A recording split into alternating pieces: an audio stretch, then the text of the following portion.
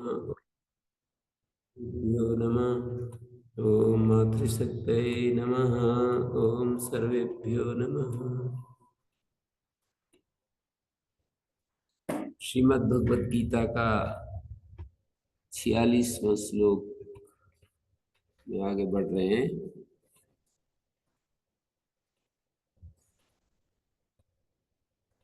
उससे पहले इनका एक प्रश्न ये आया कि सांख्य योग की चर्चा करते करते फिर कर्म योग में कैसे आ गए।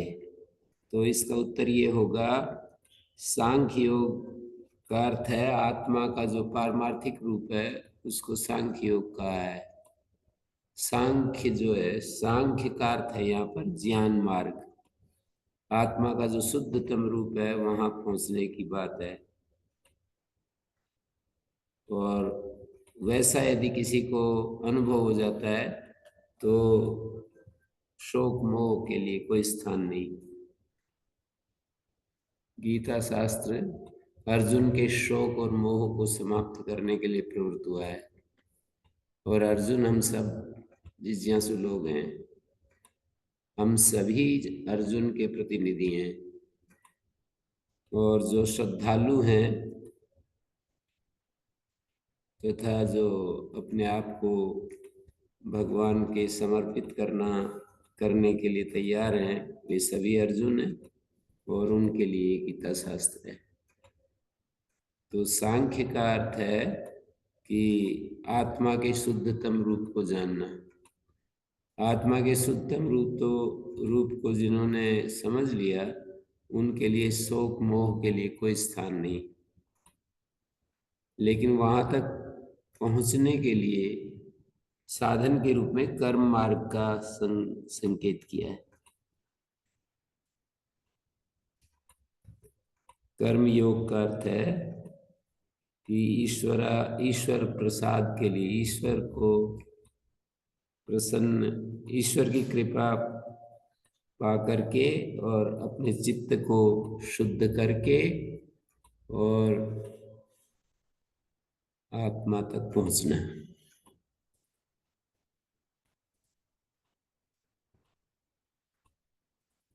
ये सब यहाँ पर यही सब कहा है जो भाष्यकार ने।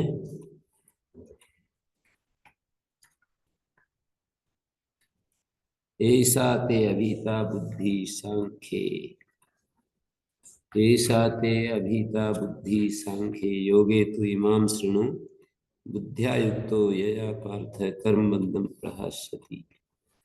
प्रहास्यसि।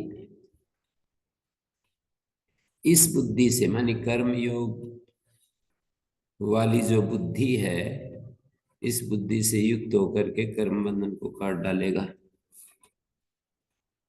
ये जो योग की योगी तो इमाम श्रृणु माने उसकी प्राप्ति का उपाय निसंगतया द्वंद्व प्रहरण पूर्वकम ईश्वर आराधनार्थे कर्म योगे कर्मानुष्ठाने और समाधि योगे से, इतने सारे अर्थ किए इस योगे शब्द के।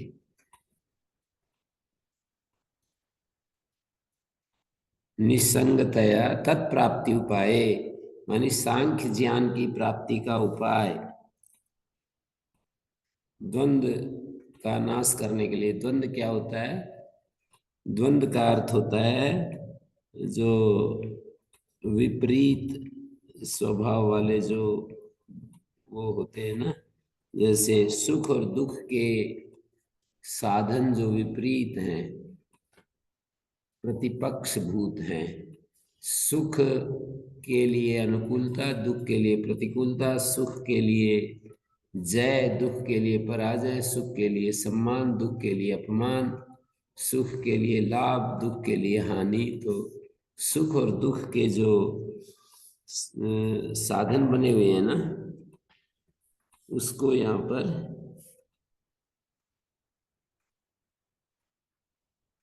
तो ये योगे तु तत्प्राप्ति उपाय फलाभिसंधि रहित होकर के, फल में आग्रह छोड़ करके, द्वंद्व प्रहरण पूर्वकम, शीत उष्ण आदि जो द्वंद्व हैं उनको सहन करते हुए ईश्वर की जो आराधन है, परमेश्वर की प्रीति के लिए, उसका नाम कर्मयोग, कर्मानुष्ठान और समाधि योग, यम नियम आदि जो अष्टांग योग है उसको समाधि योग कह रहे हैं। तो ये ऐसा तुम युक्त हो जाओगे तो कर्म बंधन कट जाएगा। अब 46वें श्लोक पर आ गया हूं। यावान अर्थ उदपाने सर्वथा संप्लुतोदके तावान सर्वेषु वेदेषु ब्राह्मणस्य विजानता। एक छोटा कुआं होता है, उसको उदपान कहते हैं। सब तरफ से पानी की बाढ़ आ जाए तो जितना प्रयोजन हमें कुएं से सिद्ध होता है, उतना प्रयोजन बाढ़ आने पर मिल ही जाएगा। जैसे चारों तरफ शुद्ध पानी के झरने बह रहे हो, तो जितना प्रयोजन हम कुएं से सिद्ध करते हैं, कुआं खोद करके जितना प्रयोजन हम सिद्ध करते हैं, क्या करते हैं, पानी पीते हैं, स्नान करते हैं, या अपनी खेती में सींचते हैं कुएं से, तो ये सारे प्रयोजन, चारों तरफ पानी पानी हो तो वो पूरा हो ही जाएगा। तावान सर्वेषु वेदेषु, सभी वेदों से जो फल प्राप्त होता है, स्वर्ग फल, कर्म कांड के अनुष्ठान से स्वर्ग फल मिलता है, तो विज्ञानवान ब्राह्मण को वो तो उसके अंतर्गत आ ही जाएगा। जो ब्रह्म को जान लेता है ऐसा ब्राह्मण है, उसको वो तो उसमें समाहित हो ही जाएगा। जैसे कि किसी के पास 1 लाख रुपए हैं तो 50,000 होते ही हैं, किसी के पास 1 करोड़ रुपए हैं तो 10 लाख तो हैं ही उसके पास। तो बड़ी चीज मिल गई तो छोटी चीज उसमें अंतर्भूत हो ही जाएगी, ऐसे कहना चाह रहे हैं। वेदों की निंदा नहीं है। कई लोग कह देते हैं कि ये सब बीच बीच में वेदों की निंदा कर दी है गीता में, कुछ लोग ऐसे आक्षेप करते हैं। तो इसमें निंदा की बात नहीं है, श्लोक का अर्थ गलत समझने से निंदा लगती है। श्लोक का गलत अर्थ ऐसे समझ लेते हैं कि ब्राह्मण, जो विज्ञानवान ब्राह्मण है, सारे वेदों में उतना ही प्रयोजन है। जैसे किसी को सब तरफ से जैसे बाढ़ आ जाए तो एक कुएं की जरूरत होती है, तो ब्रह्म ज्ञान को तो बाढ़ बता रहे हैं और वेदों को कुआं बता रहे हैं। वेदों को कुआं नहीं, यहाँ पर किसी विशेष अर्थ में इस तावान सर्वेषु वेदेषु, वेद का जो प्रयोग किया है ना, वो इस अर्थ में किया है कि जो वेदों के जो कर्मकांड भाग है और उससे जो हम सुविधाएं प्राप्त करते हैं, स्वर्ग प्राप्त करते हैं, यज्ञ आदि अनुष्ठान करके जो स्वर्ग मिलता है ना, तो वेदोक्तेषु कर्मसु ये अर्थ है। ब्राह्मण से भी जानता, परमार्थ तत्व को जो जान रहा है ब्राह्मण, वो जो परमार्थ तत्व को जानने वाला ब्राह्मण है, माने ज्ञान जिसको पूरा ज्ञान हो गया है, वो कर्म से जो फल मिलता है वो तो उसमें अंतर्भूत ही हो जाएगा। ऐसा देख रहे हैं यहाँ पर कि कर्म से एक प्रकार का फल मिलता है और ज्ञान से तो मुक्ति मिलती है और कर्म से स्वर्ग मिलता है, ऐसा देख रहे हैं।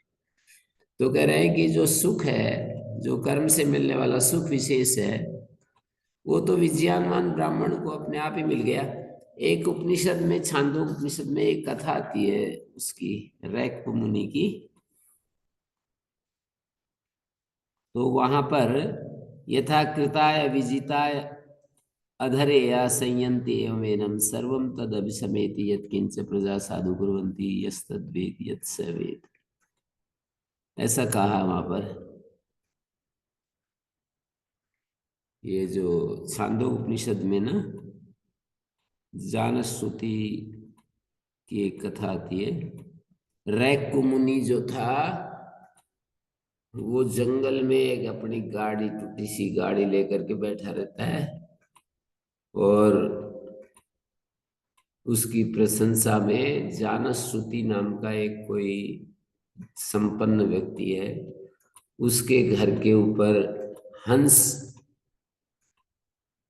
उसके घर के आर्य समाज की परंपरा में बुद्धि संगत व्याख्याएं कर देते हैं ना। तो वो हंस क्या है, परमहंस सन्यासी आपस में बात कर रहे थे, धर्मशाला बनाई हुई थी उसमें, और दूसरे लोग, हंस का अर्थ है कि उड़ते हुए हंस जो हैं, हंस पक्षी, वो बातें कर रहे थे कि भाई इसका तो यश ऐसे फैल रहा है जैसे कि वो जो रैक मुनि है ना। तो राजा ने ये बात सुन ली, तो राजा के मन में आया कि ऐसा कौन रैक मुनि है जो मेरे से भी आगे बढ़ गया है। मेरा मतलब मेरे यश की उपमा दी जा रही है कि इस राजा का तो ऐसा यश फैल रहा है जैसे रैक मुनि का चारों तरफ।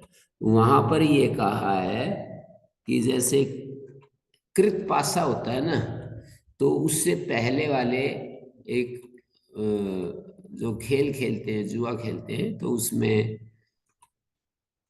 अंतिम पासा कृत होता है। तो कहते हैं कृत पासा जब वो हो गया, कृत पासे का प्रयोग किया, तो उसके नीचे वाले तो उसी में अंतर्भूत हो जाते हैं। पहले पता नहीं, मैं भी छोटे बचपन में कहीं देखा था, ये खेल खेल भी लेते थे, पर अब तो भूल गए, सारा सिस्टम ही भूल गए, एकदम संस्कार ही खत्म हो गए। वो कार्ड्स खेलते हैं ना, तो उसमें कोई एक बादशाह होता है, बेगम होता है, इक्का होता है।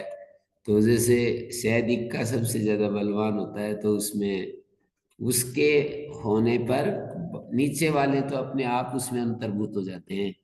कृताय विजिताय अधरे या संयंती, ऐसे यहाँ पर वो दिया है। यानी यहाँ उदाहरण दिया है भाष्यकार ने। कृताय विजिताय अधरे या संयंती, जो नीचे वाले हैं वो उसको प्राप्त हो जाते हैं। वैसे ही रैक को जो प्रजाएं अच्छा अच्छा काम करती है ना, वो सारा उसको मिल जाता है। यत किंच प्रजा साधु करवंती यस तद वेद, यत स वेद, दो शब्द बोले, यत, यह तद वेद। तत् नपुंसकलिंग परमात्मा का वाचक है। जो कोई उस परमात्मा को जानता है, तो प्रजाएं जो अच्छा शुभ कर्म करती हैं वो उसको प्राप्त हो जाता है। एक तो यस तद्वेद, एक है यत स वेद। यहाँ पर स शब्द से रैकु की बात है, और यत माने परमात्मा। जो रैक मुनि उस परम तत्व को जानता है, पहले तो सामान्य कथन था कि जो कोई उसको जानता है, दूसरी बार कहा यत स वेद।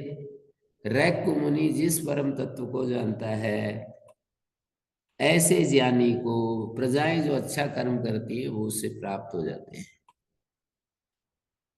इसका अर्थ यह है कि शुभ कर्म से, उत्तम कर्मों से जो फल मिलता है वो ज्ञानी को अपने आप ही पहुंच जाता है। ज्ञानी, वो जो शुभ कर्मों का फल है वो तो अंतर्भूत हो जाता है ना ज्ञान में। सर्वम कर्माखिल अखिलम पार्थ ज्ञाने परिसमाप्यते, ऐसा चौथे अध्याय में एक श्लोक में कहा है कि सारे कर्म, संपूर्ण जो कर्म है वो ज्ञाने परिसमाप्यते, ज्ञान में परिसमाप्त हो जाता है।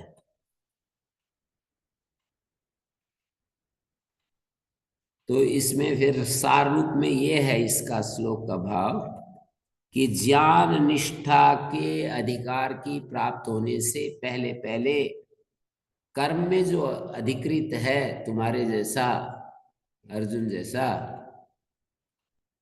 संन्यास की स्थिति जब तक आती है उससे पहले पहले जो कर्म में अधिकृत है, अर्जुन कर्म में अधिकृत है, अभी संन्यास का समय नहीं है उसका। राजा है, कर्म में अधिकृत है, कर्म करने के लिए।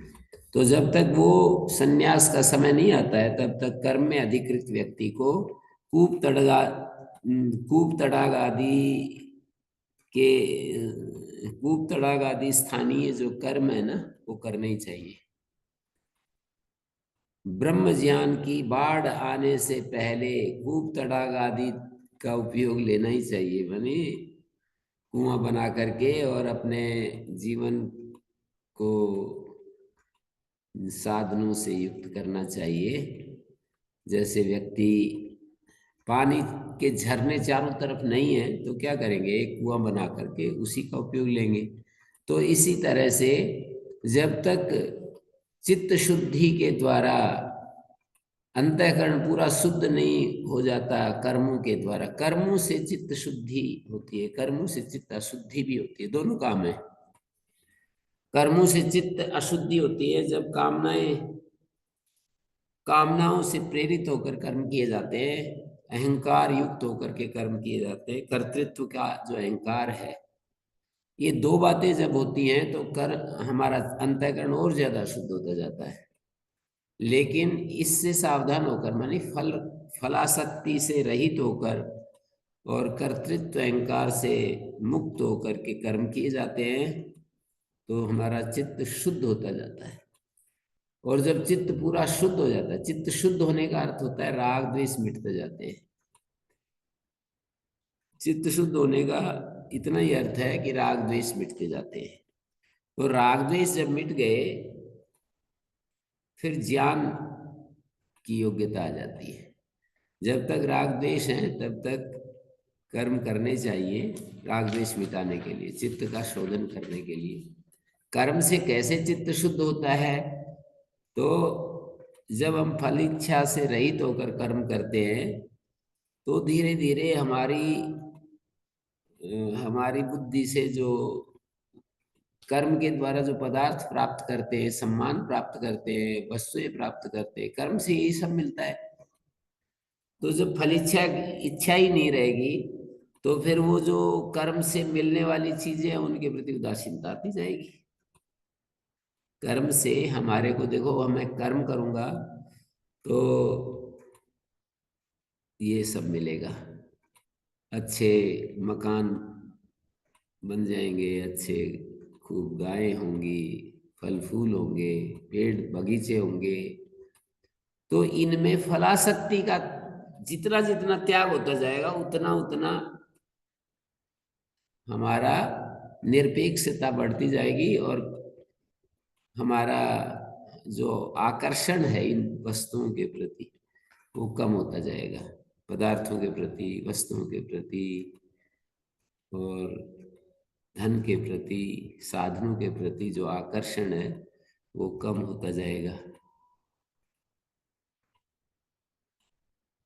अब वो हम उनको देखते थे, जैसे आशुतोष जी तो काफी साधु, वो कर्म तो करते थे लेकिन वो जो अपने ऊपर कम से कम खर्च करते थे ना, अपने ऊपर कम से कम खर्च करते थे तो धीरे धीरे उनका उसी तरह का, फिर जंगल में घूमते रहे 7 महीने तक और उसके बाद फिर अब 2 साल के लिए जैसे एकांतवास, बिल्कुल कंप्लीट साइलेंस। तो ये रह नहीं सकता एकांत में आदमी, यदि उसको बहुत ज्यादा मन चंचल हो ना तो रह नहीं पाएगा, बिल्कुल भी पागल हो जाएगा।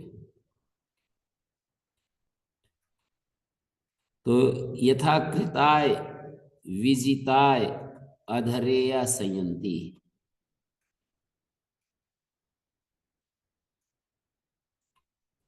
कृत जो विजित है ना, विजित, कृताय विजिताय अधरेया संयंती। अधरेया शब्द का अर्थ है नीचे वाले जो पासे हैं, उनको अधरेया कहते हैं।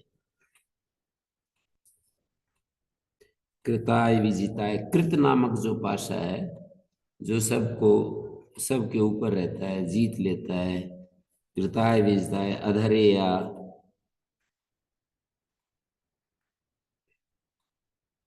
तो कृताय विजिताय अधरेया संयंती एवं एनम सर्वम तद अभिसमेति। इसी प्रकार इस व्यक्ति को वो सब प्राप्त हो जाता है। यत् किंच प्रजा साधु करवंती, जो प्रजाएं अच्छा अच्छा कुछ करती है ना, वो सब मिल जाता है।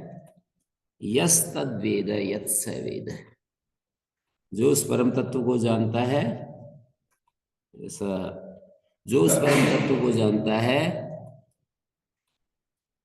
यस तद वेद है, और यत् स वेद, स मानी वो रैक को मानी जिस परम तत्व को जानते हैं ना, ऐसा यहाँ पर। तो देखिए इसका वाच्य परिवर्तन भी देख सकते हैं।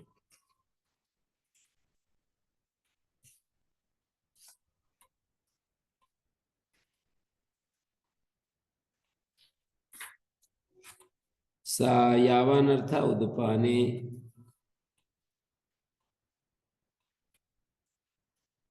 यावान अर्थ उदपाने सर्वतः संप्लुतोदके, सर्वतः संप्लुतोदके सति, यावान अर्थार्थ मानी प्रयोजनम, उदपाने कुएं में जितना प्रयोजन रहता है, यावता यावान अर्थ जितना प्रयोजन कुएं से है, उदपाने सर्वदा संप्लुत के सती, उदपाने यावता अर्थेन भूयते, यावान अर्थ यावता अर्थेन भूयते, तावता सर्वेषु वेदेषु ब्राह्मण से विजानता। तावान मानी तावता, तृतीया हो जाएगी, मतलब तावान सर्वेषु वेदेषु ब्राह्मण से विजानता प्रयोजनम अस्ति, प्रयोजनेन भूयते। तावान सर्वेषु वेदेषु ब्रह्मणोऽयं ब्राह्मण।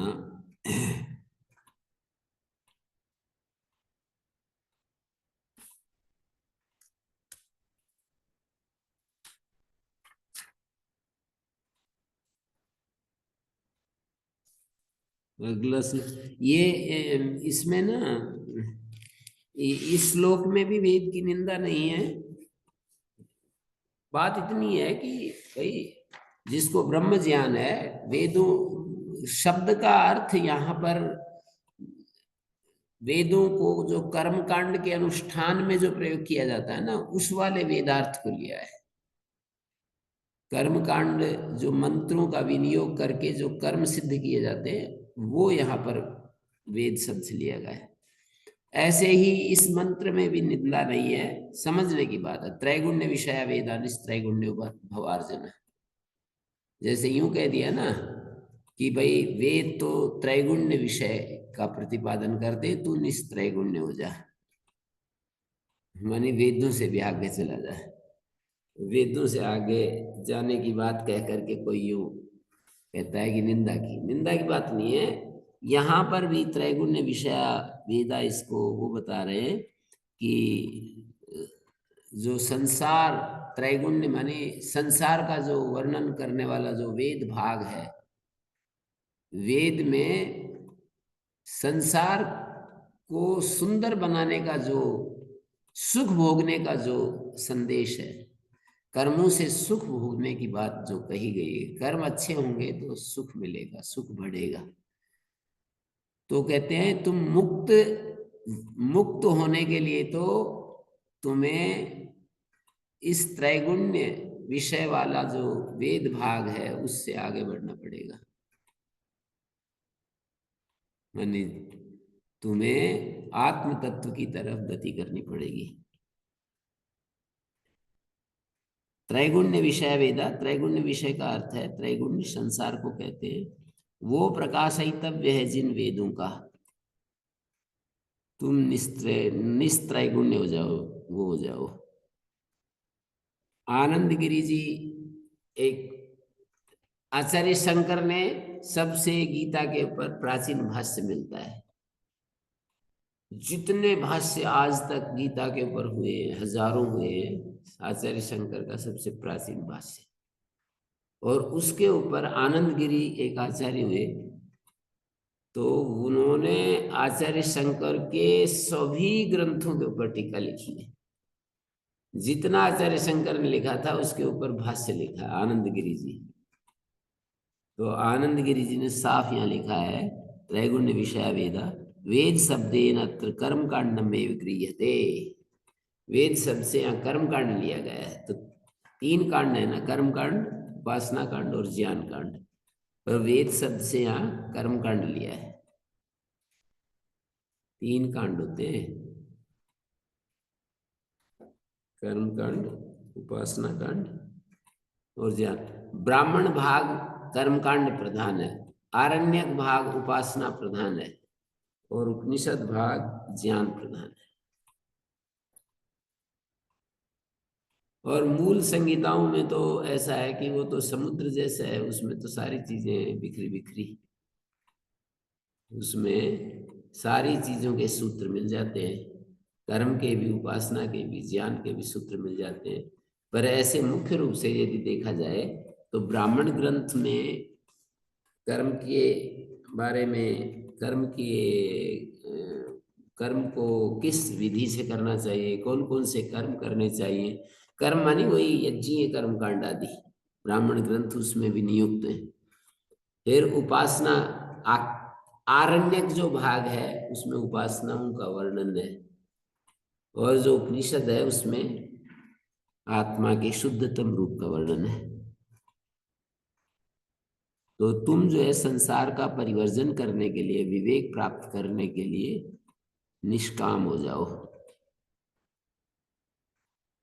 तो इन्होंने लिखा है आनंद गिरी जी ने कि वेद सबसे कर्मकांड लिया है, तद अभ्यासवताम, कर्मकांड में जो लगे हुए हैं तदर्थ अनुष्ठान द्वारा, उसके अर्थानुष्ठान के द्वारा संसार और ज्यादा दृढ़ हो जाता है, ध्रुव हो जाता है, तो विवेक का अवसर वहां नहीं बचेगा।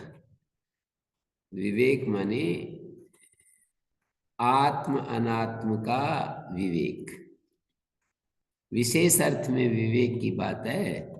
कोई यूं कहे कि विवेक तो ये भी है कि आदमी को कैसे इस दुनिया में जीना चाहिए, ये ऐसा, इसको विवेक शब्द का प्रयोग नहीं करते। इसके लिए करते हैं, गौण रूप से है वो भी कर देते हैं कि भाई बुद्धि से काम लो, बुद्धि से काम लो, ठीक ठीक काम करो, ठीक ठीक जीवन जियो, कर देते हैं। पर विवेक शब्द का मुख्य जो प्रयोग है वो इस अर्थ में है, आत्मानात्म का जो विवेक, आत्मा और अनात्म को अलग अलग करके पहचानना। तो वो तो आत्मा अनात्म, आत्म और अनात्म को अलग अलग पहचानने की बात तो तभी आएगी जब हम संसार के प्रति थोड़ा उदासीनता धारण करेंगे, वैराग्य धारण करेंगे। संसार में जब हमारे को वो होता है, संसार तक हमारी पहुंच या गति होती है, तो हम अच्छे अच्छे कर्म करेंगे और उनका फल भोगेंगे, बस यही तक रहेगा। तो इस तरह से यहाँ भी निंदा नहीं है। त्रैगुण्य विषया वेदात निस्त्रैगुण्यो भवार्जुना निर्द्वंदो नित्य सत्वस्थ। निर्द्वंद हो जा तू। निर्द्वंद क्या है? परस्पर प्रतिपक्ष, जो भाष्यकार ने लिखा है निर्द्वंद शब्द के ऊपर, सुख दुख के कारण जो सब प्रतिपक्ष पदार्थ है वो द्वंद शब्द से कहे जाते हैं। सब प्रतिपक्ष, प्रतिपक्ष सहित परस्पर प्रतिपक्ष जो पदार्थ है ना, किसके? सुख दुख के हेतु। जो पदार्थ हैं सुख दुख के हेतु, जैसे लाभ हानि, सुख के हेतु लाभ, दुख का हेतु हानि, मान अपमान, जय पराजय, इस तरह से। तो तुम जो है निर्द्वंद हो जाओ। ये निर लगाने से रहित अर्थ होता है ना, द्वंद से पार, द्वंद से पार चले जाओ। बहुत सारे शब्द, निराकार, आकार से पार, आकार रहित, निरहम, अहम से रहित, निर्मम, ममता से रहित, निर्दोष, दोष से रहित, व्याकरण में हम पढ़ाते हैं सानुनासिक निरनुनासिक, अनुनासिक रहित। स सहित होता है, निर्रहित को कहता है। अनुनासिक सहित सानुनासिक, अनुनासिक रहित निरनुनासिक, निराकार, निर्दोष, निर्विकार, विकार रहित। और निर्द्वंद, निर्हम, निर्भय, निर्वैर, भय रहित को निर्भय कहते हैं। निर्वैर, वैर रहित। निस्संग, संग रहित, वहां भी निर ही है, रह को विसर्ग हो गया, निस्संग। तो ऐसे बहुत सारे शब्द है। ये निर्योग क्षेम, यहां पर भी निर का प्रयोग किया है। निस्त्रैगुण्य में भी निर का प्रयोग है। निर्द्वंद हो जाओ और नित्य सत्व में स्थित हो जाओ तुम। एक तरफ तो त्रैगुण्य से पार चले जाओ, वहां पर अलग अर्थ है निस्त्रैगुण्य का। निस्त्रैगुण्य माने निष्काम हो जाओ। क्योंकि वेद जो है वो उत्तम उत्तम कामनाओं, भाई स्वर्ग कामो यजेत, इंद्रिय कामो यजेत, पशु कामो यजेत, ग्राम कामो यजेत, नगर कामो यजेत, ऐसे कामना कामना बहुत सारी है ना। वेद में जो, वेद का जो कर्मकांड भाग है उसमें कामनाओं का एक बड़ा पूरा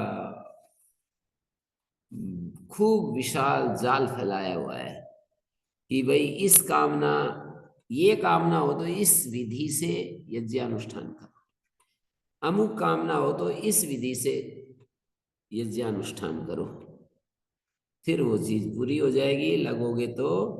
और कर्म कर्तृ साधन वैगुण्य नहीं होना चाहिए। कर्म में वैगुण्य नहीं होना चाहिए, कर्ता का वैगुण्य नहीं होना चाहिए, साधन का भी वैगुण्य नहीं होना चाहिए। न्याय दर्शन में एक सूत्र आया कि भाई कर्म वैगुण्य से भी सफलता नहीं मिलती, कर्ता वैगुण्य से भी नहीं मिलती। कर्ता में दोष हो, कर्म में दोष हो, या साधन वैगुण्य, जिन साधनों से वो कर्म किया जाता है उसमें भी वैगुण्य नहीं होना चाहिए, तो फिर मिल जाता है। तो आत्ममान शब्द बहुत ही अच्छा है। अप्रमत्त हो जाओ, प्रमाद से परे हो जाओ। योगो ही प्रभवाप्य यो, अप्रमत्तस्तदा भवति योगो ही प्रभवाप्य। जब ताम योगमिति मन्यन्ते स्त्रियां स्थिराम इंद्रिय धारणाम, जब हमारी इंद्रियां स्थिर हो जाती है तो उसको योग अवस्था से कहा जाता है। अप्रमत्तस्तदा भवति योगो ही प्रभवाप्य। योग प्रभव और अप्यय है, उत्पन्न होता है, चला भी जाता है, इसलिए अप्रमत्तता का विधान कर रहे हैं कि अप्रमत्त रहे। क्योंकि योग ऐसा नहीं है एक बार आ गया तो बस सदा ही तुम्हारे बस नाम लिख गया। एक बार योग प्राप्त हो गई स्थिति तो अब तुम्हारे ही नाम लिखा गया, ऐसा नहीं है, वो चला भी जाएगा। प्रभव माने आना, अप्पे माने जाना। योग जो है आने जाने वाले स्वभाव वाला है, उत्पन्न होता है और चला भी जाता है। तो अप्रमत्तस्तदा भवति, अप्रमत्त होना चाहिए, फिर नहीं जाएगा। अप्रमत्त यदि रहेगा, प्रमाद रहित रहेगा, तो योग जो है वो बना रहेगा। तो इसलिए आत्मवान हो जा, अप्रमत्त हो जा।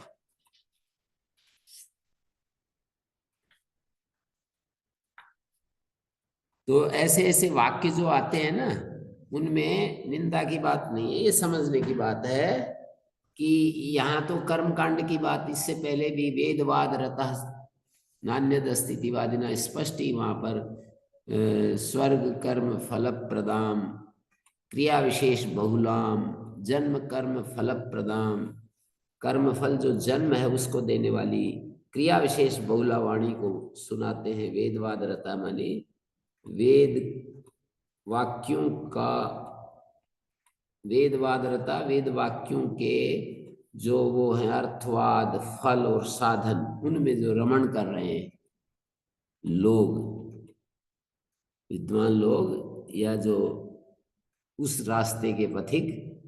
वेदवाद रता शब्द आया ना, तो वेद वाक्यों के जो अर्थवाद, फल और साधन, वेद वाक्यों में जो अर्थवाद का वर्णन है, फल का वर्णन है, साधन का वर्णन है। वेद भाई अर्थवाद का अर्थ होता है प्रशंसा और निंदा, जो बढ़ा चढ़ा करके हम कर, स्तुति और निंदा, प्रशंसा और निंदा।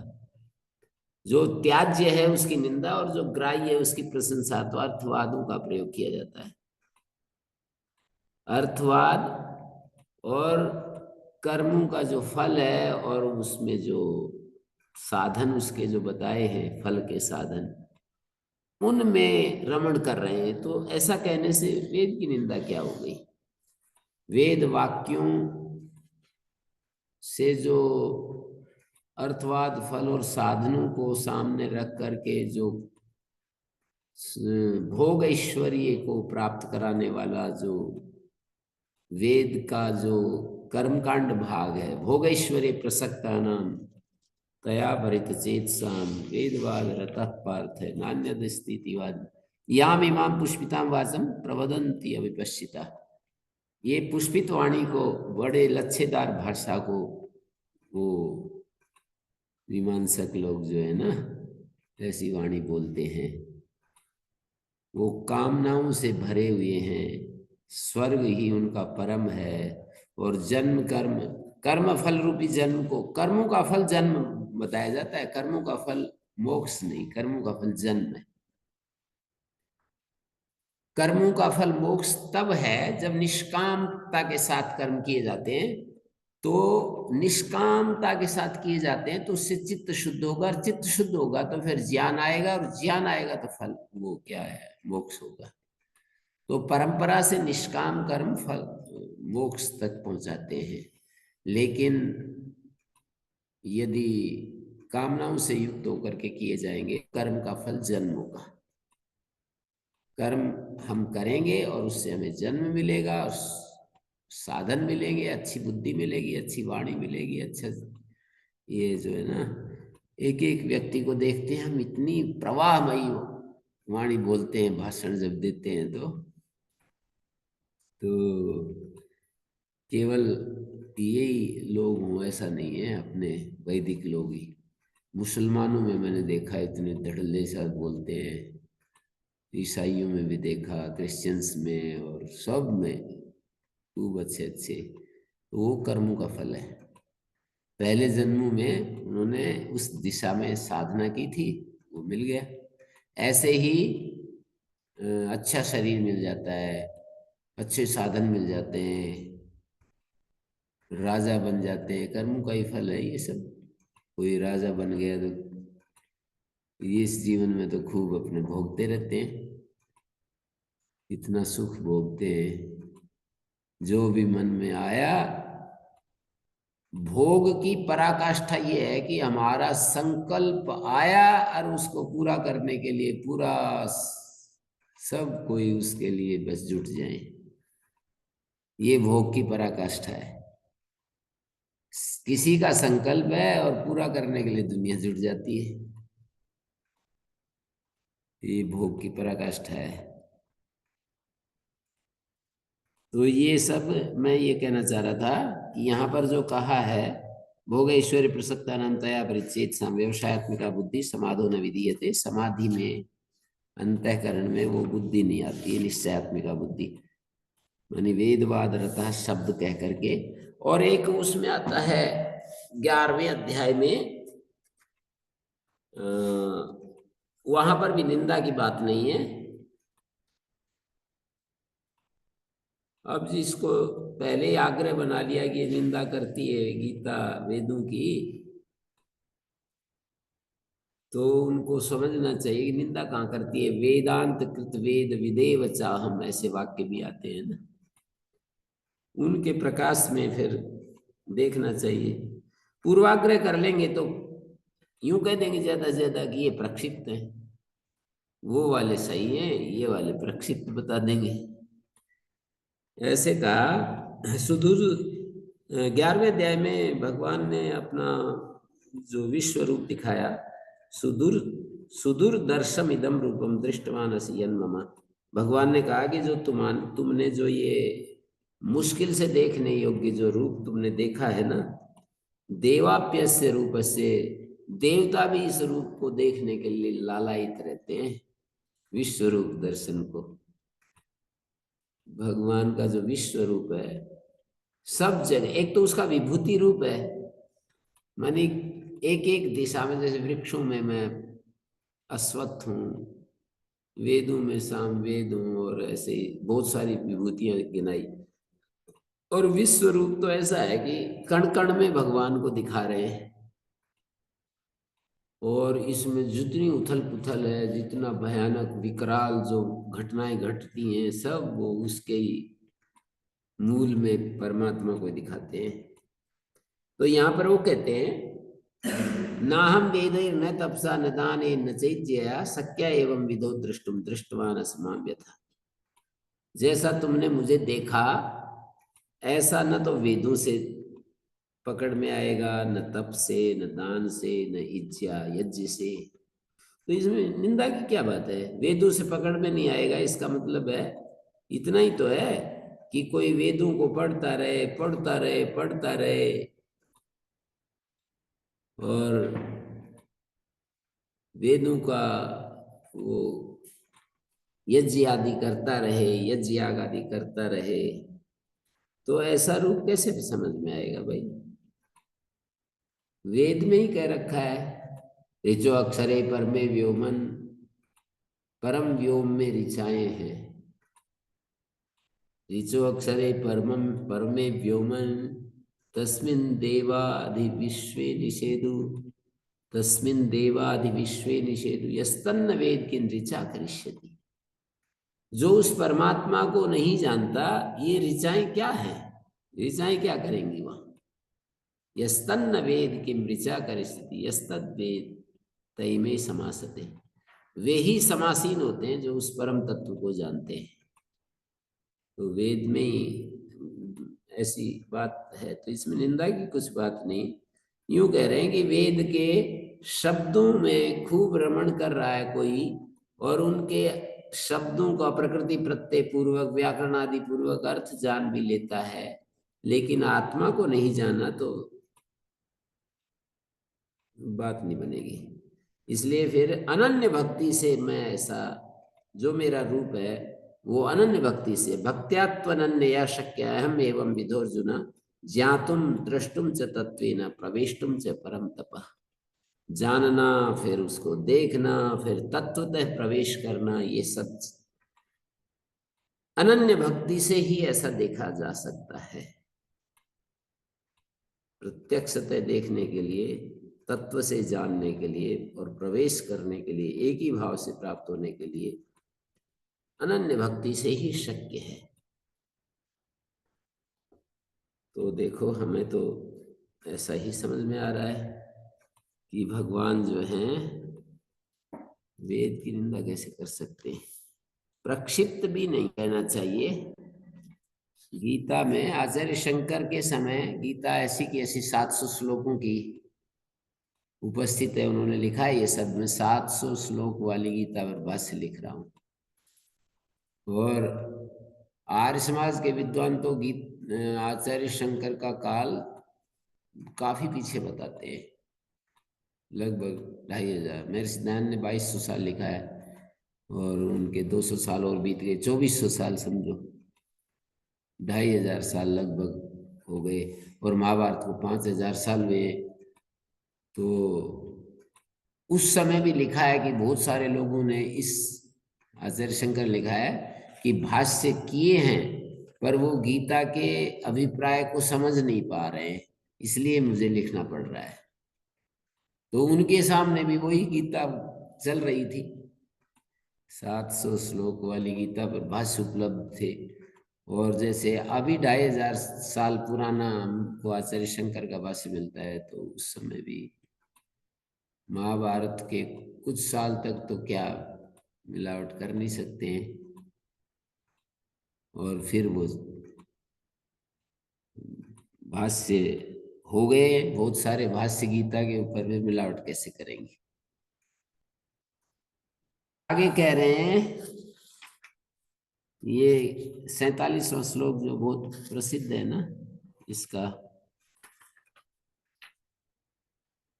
कर्मण्येवाधिकारस्ते मा फलेषु कदाचन, कर्म में ही तेरा अधिकार है, ज्ञान निष्ठा में तुम्हारा अधिकार नहीं है। दो निष्ठाएं होती है ना, एक ज्ञान निष्ठा, एक कर्म निष्ठा।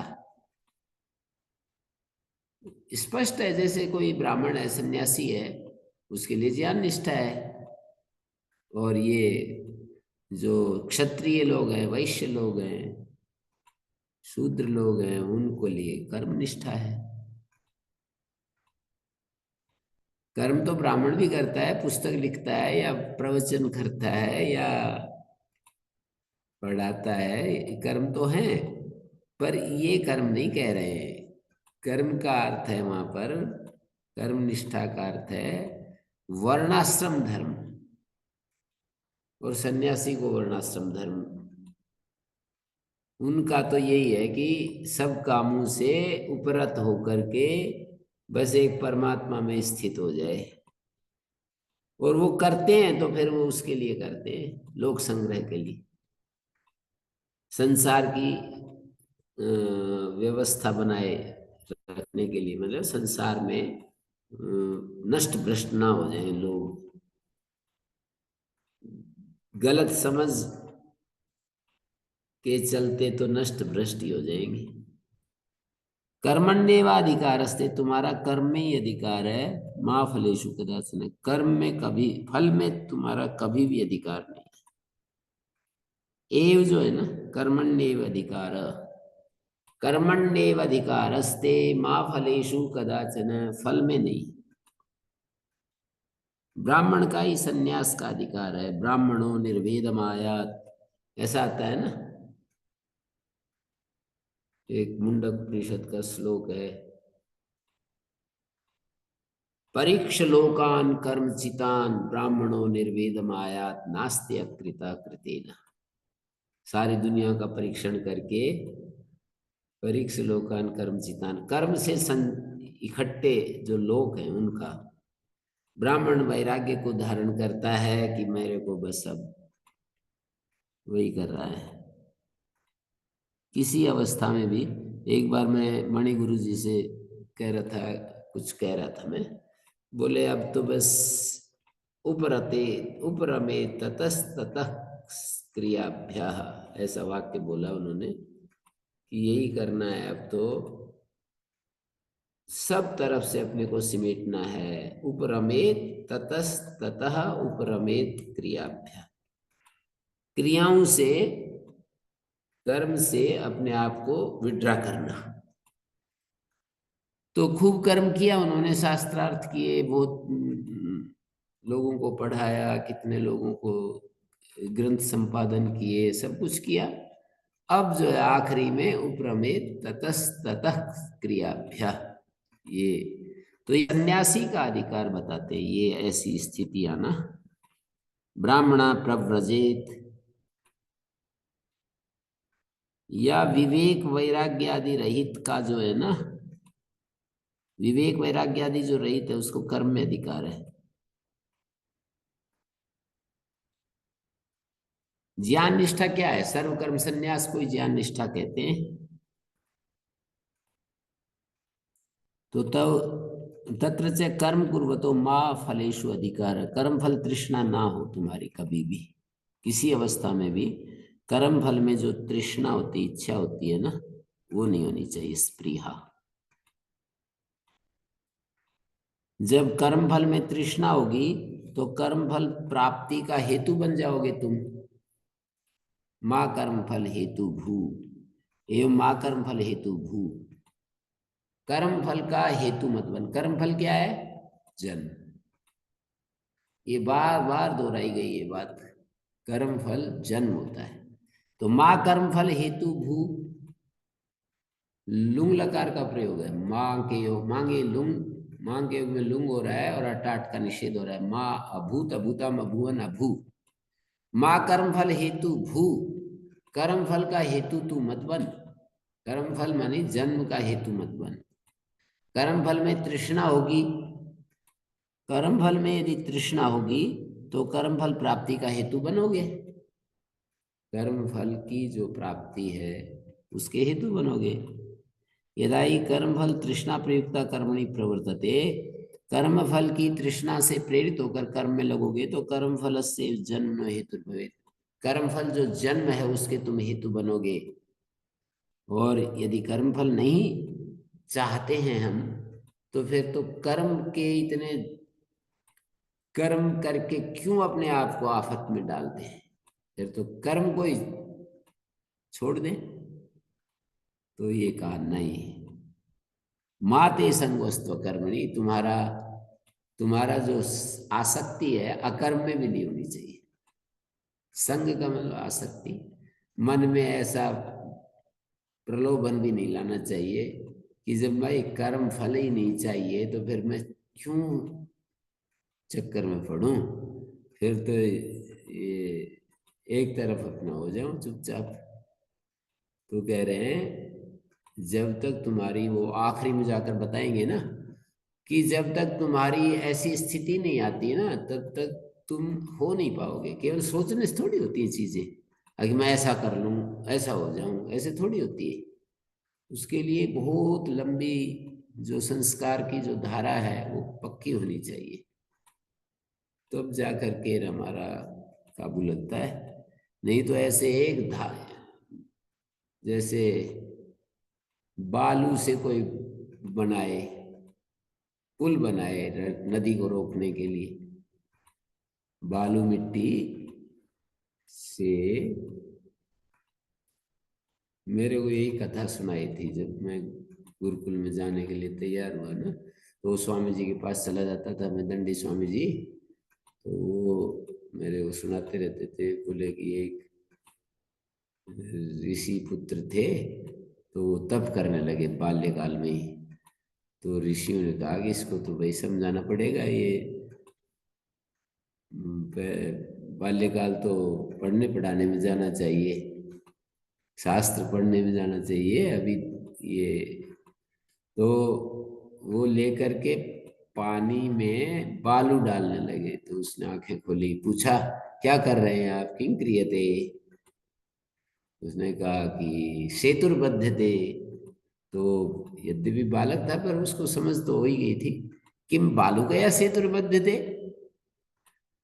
तो उन्होंने कहा किम अंतरेण ज्ञानम शास्त्र ज्ञानम तपः क्रियते, यथा अंतरेण शास्त्र ज्ञानम, नहीं यथा बालुकया सेतुर्न बद्धुम शक्यते। बालुका से जैसे सेतु नहीं बांधा जा सकता, ऐसे शास्त्र ज्ञान ग्रहण किए बिना तुम तप कर रहे हो, भक्ति कर रहे हो, ये भी तो नहीं चलेगा। जैसे पानी का झोंका आता है बालू को ले बहा कर ले जाता है, ऐसे ही तुम्हारा तप भी, उसकी जो तप की जो संसार के जो आकर्षण, वो तुम्हारे तप को बहा ले जाएंगे।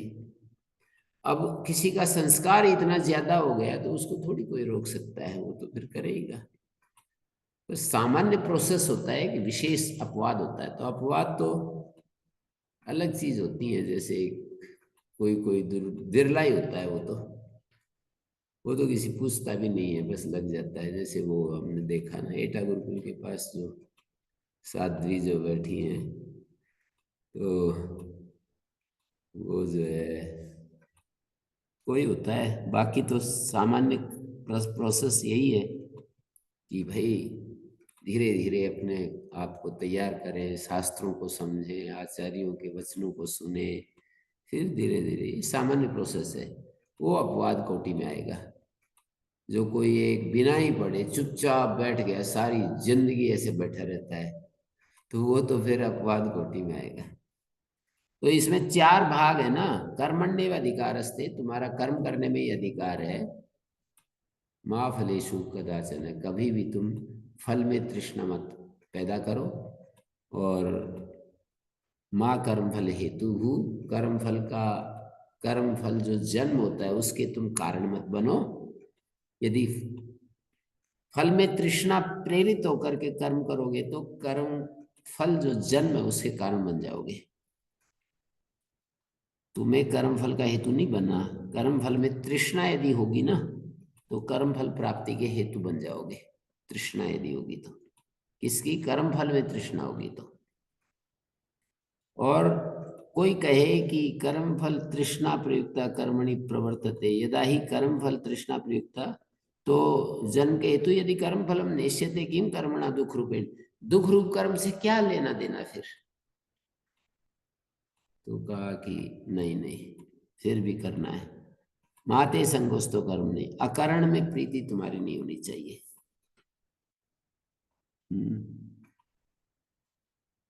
अकर्मणि ते संगो माद, न करने में तुम्हारी प्रीति नहीं होनी चाहिए। फलम अनभिसंधाय त्वया कर्माणि कर्तानि न तो संन्यास, माने फल को अनभिसंधाय, फल को सामने ना रख करके तुम्हें कर्म ही करने हैं, ना कि संन्यास। तत्र तव अनधिकारात्, ऐसे बताते हैं कि भाई एक एक अधिकारी होता है एक एक चीज का। जैसे कोई अनधिकारी को राजा बना दिया तो उसका क्या काम करेगा वो देश के लिए। ये जो आजकल प्री एग्जाम्स होते हैं यूपीएससी कंडक्ट करती है, तो वो अधिकारी तो प्री, उसके नंबर नहीं जुड़ते हैं। वो जो यूपीएससी में जो प्री एग्जाम होता है, प्रिलिमिनरी जब होता है, तो उसके नंबर थोड़ी जुड़ते हैं। इंटरव्यू के जुड़ते हैं या मेन के जुड़ते हैं, इसके जुड़ते नहीं। इसको पास करना जरूरी है, अधिकारी सिद्ध करना, अधिकारी सिद्ध करना कि जी मैं इस परीक्षा में बैठने का अधिकारी हूं, ये प्रूव करना होता है। इसी तरह से यहाँ पर भी हम सन्यास के अधिकारी हैं, कर्म के अधिकारी हैं, ये दो धाराएं होती है ना। तो सन्यास के अधिकारी को सन्यास लेना होता है और कर्म के अधिकारी को कर्म करना होता है। कर्म का अधिकारी यदि सन्यास लेगा और सन्यास का अधिकारी तो फिर कर्म की कोई जरूरत नहीं है, करता है तो उसमें कोई दोष भी नहीं है। सन्यास का अधिकारी आगे बढ़ गया और फिर कर्म करता है तो उसलिए कोई परेशानी नहीं है उससे।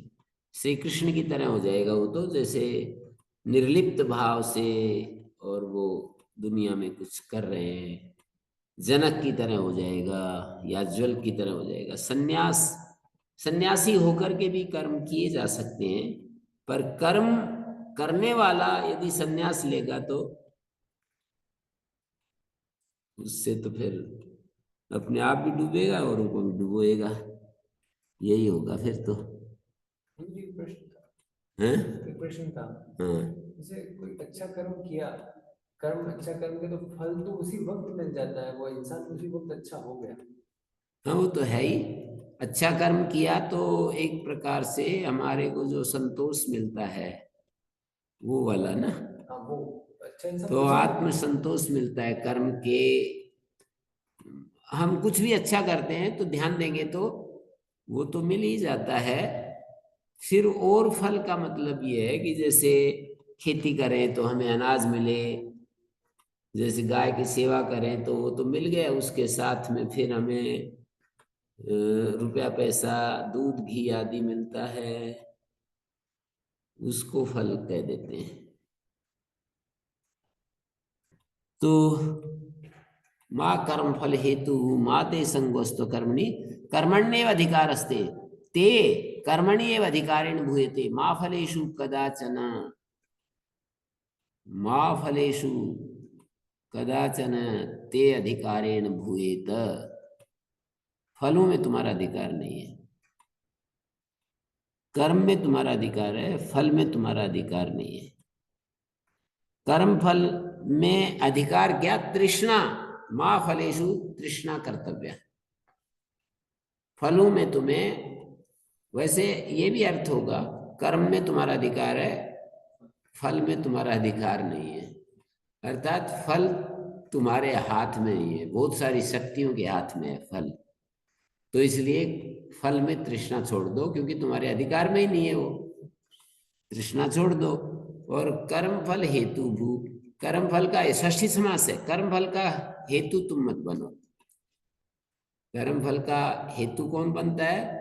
जो कर्म फल में तृष्णा रखता है वो कर्म फल का हेतु बनता है। कर्म फल का हेतु, कर्म फल मानी जन्म का हेतु बनता है।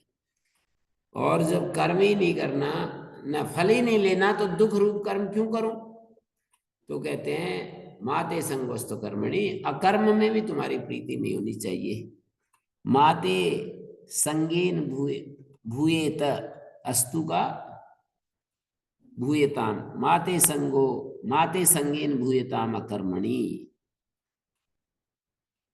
अकर्मणि यदि संगेन भूयते तदा तु संन्यास मार्गः आगच्छति। परं भवान सन्यासी नास्ति, भवान तो राजा अस्ति। आप राजा हैं, आपको प्रजा पालन करना है, न्याय की रक्षा करनी है, न्याय अन्याय की रक्षा करनी है, ऐसा माने अन्याय से बचाकर न्याय को स्थापित करना है। तो इस तरह से माते संगोस्त कर्मणि, माँ कर्मफल हेतु भू, कर्मफल हेतुना माँ भावी, कर्मफल हेतुना माँ भावी, अभावी बनता है ना, माँ भूत। कर्मफल के हेतु तुम मत बनो, त्वया कर्मफल हेतुना माँ भावी, मांग के लोग में लुंग हो गया, माँ भावी, कर्मफल हेतुना माँ भावी, कर्मफल का हेतु। एक बार मैं बहुब्री समास भी कर सकता हूं क्या? कर्मफल हेतु है जिसका ऐसा तू मत बन। कर्मफल, कर्मफल, कर्म का जो फल है वो टारगेट है जिसका, ऐसा तू मत बन। कर्म का फल को सामने रख करके कर्म मत कर। कर्म फल हेतु है जिसका, ऐसा तू मत बन। पहले कहा कर्म में ही अधिकार है, फल में अधिकार, फल में तुम्हारा अधिकार नहीं, या फल में, हाँ प्रवाह से तो यही आता है, कर्म में अधिकार है, फल में अधिकार नहीं है।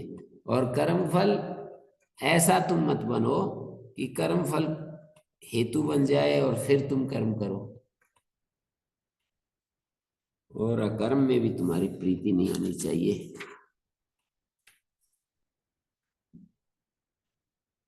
तो यदि कर्म फल प्रयुक्त न कर्तव्यम कर्म, कैसे करने चाहिए? कहते हैं योगस्था कुरु कर्माणि संगम त्यक्त्वा धनंजया सिद्धि सिद्धियों समो भूत्वा समत्वम योग उच्यते। कल इसको हम करते हैं, समय पूरा हो रहा है। ओम शांति शांति शांति।